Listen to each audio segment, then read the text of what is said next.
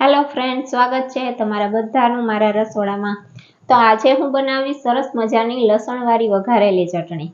ખૂબ જ સરસ ટેસ્ટી અને સ્પાઇસી બનશે, જેનો યુઝ તમે ડેઈલી શાકમાં પણ કરી શકશો।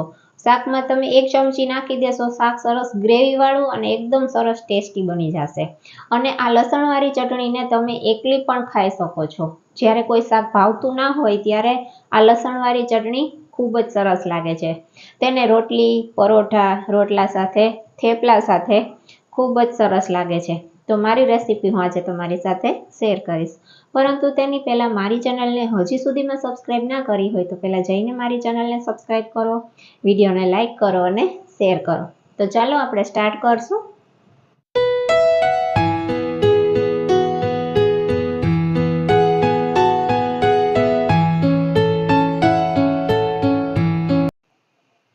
તો સૌથી પહેલાં તો આપણે લસણવાળી ચટણી માટે પેસ્ટ તૈયાર કરવાની છે। તો તેના માટે લાલ મરચું પાવડર 2 ચમચી લીધું છે। હવે અહીંયા તમે કાશ્મીરી લાલ મરચું પણ લઈ શકો છો, મેં સાદું લીધું છે। અને 15 થી 16 કળી જેટલી લસણની લીધી છે, તેને એડ કરી દેશું।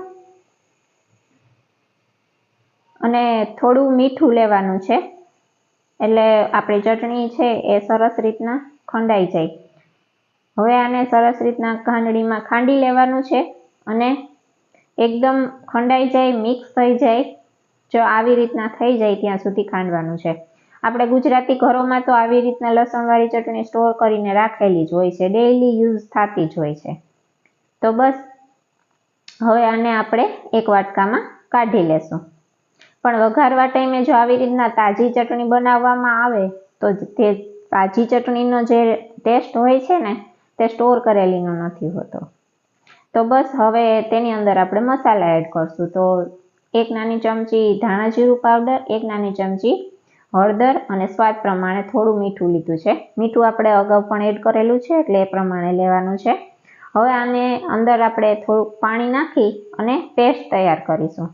પાણી નાખવા અને પેસ્ટ તૈયાર કરવાથી જ્યારે આપણે વઘાર કરીશું ત્યારે તેની અંદર નાખશું ત્યારે જરા પણ દાઝશે નહીં અને મસાલા બળશે નહીં, સરસ રીતના વઘારાઈ જશે। એટલા માટે આપણે પહેલાં પાણીમાં પલાળી આવી રીતના પેસ્ટ તૈયાર કરી અને પછી તેનો વઘાર કરીશું, જેના લીધે આપણી ચટણી ખૂબ જ સરસ રીતના બની જશે। હવે આવી રીતના પાણી નાખીને તમે જે આ પેસ્ટ કરી છે ને તેને શાકમાં પણ યુઝ કરી શકો છો। તેનાથી શાક પણ સરસ ગ્રેવીવાળું બને છે અને ટેસ્ટી બને છે। જરા પણ એક પણ મસાલા છે એ શાકમાં દાઝતા નથી। તો બસ આવી રીતના પેસ્ટ તૈયાર થઈ ગઈ છે। હવે આપણે વઘાર કરીશું। તો તેના માટે મેં એક તપેલી લીધી છે, તેની અંદર 3 ચમચી જેટલું તેલ લેવાનું છે।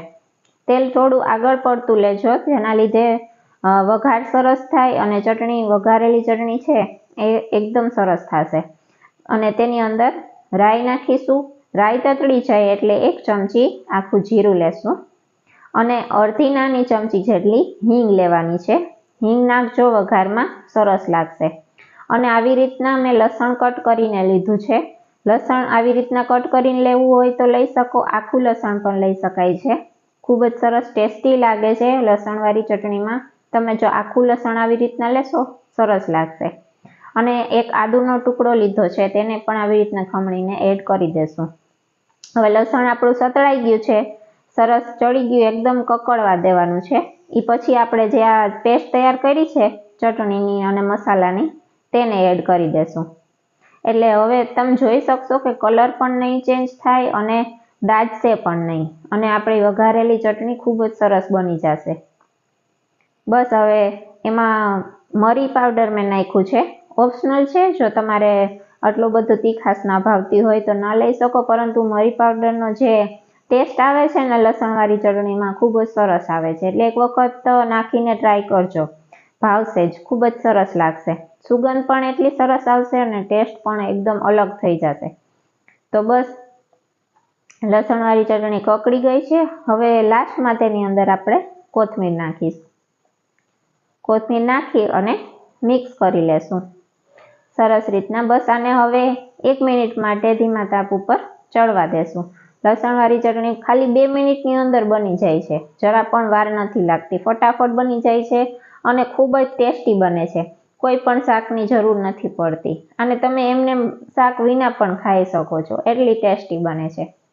તો બસ આપણી લસણવાળી ચટણી બનીને તૈયાર છે. તમે જોઈ શકો છો કેટલી સરસ બની છે. એકદમ કલર એટલો મસ્ત આવ્યો છે, જરા પણ દાળજા નથી અને લસણ એકદમ સરસ કકડી ગયું છે. એકદમ સરસ ટેસ્ટી એવી આપણી વઘારેલી લસણવાળી ચટણી બનીને તૈયાર છે. તો બસ હવે આપણે આને સર્વ કરશું. હવે આને આપણે સ્ટોર કરીને પણ રાખી શકીએ, ફ્રીજમાં બગડતી પણ નથી. એરટાઇટ કન્ટેનરમાં તમે રાખી શકો છો, ડેઇલી યુઝમાં લઈ શકો છો અને તમે આને કોઈ પણ રોટલા, પરોઠા, થેપલા તેની જોડે ખાઈ શકો છો અને ટ્રાવેલિંગમાં લઈ જઈ શકો છો થેપલા જોડે. ખૂબ જ સરસ ટેસ્ટી લાગશે. તો મેં લસણવાળી ચટણીને અત્યારે પરોઠા જોડે સર્વ કરી છે અને જોડે લીધું છે દહીં. ખૂબ જ સરસ લાગે છે દહીં હારે આ વઘારેલી લસણવાળી ચટણી. શાકની પણ જરૂર પડતી નથી, એટલી ટેસ્ટી બને છે. તો બસ મારી રેસીપી જો તમને પસંદ આવી હોય તો ચેનલને સબસ્ક્રાઈબ કરજો, વિડીયોને લાઈક કરજો અને શેર કરજો. મળું છું નેક્સ્ટ વિડીયોમાં નેક્સ્ટ રેસીપી સાથે. ત્યાં સુધી જય માતાજી.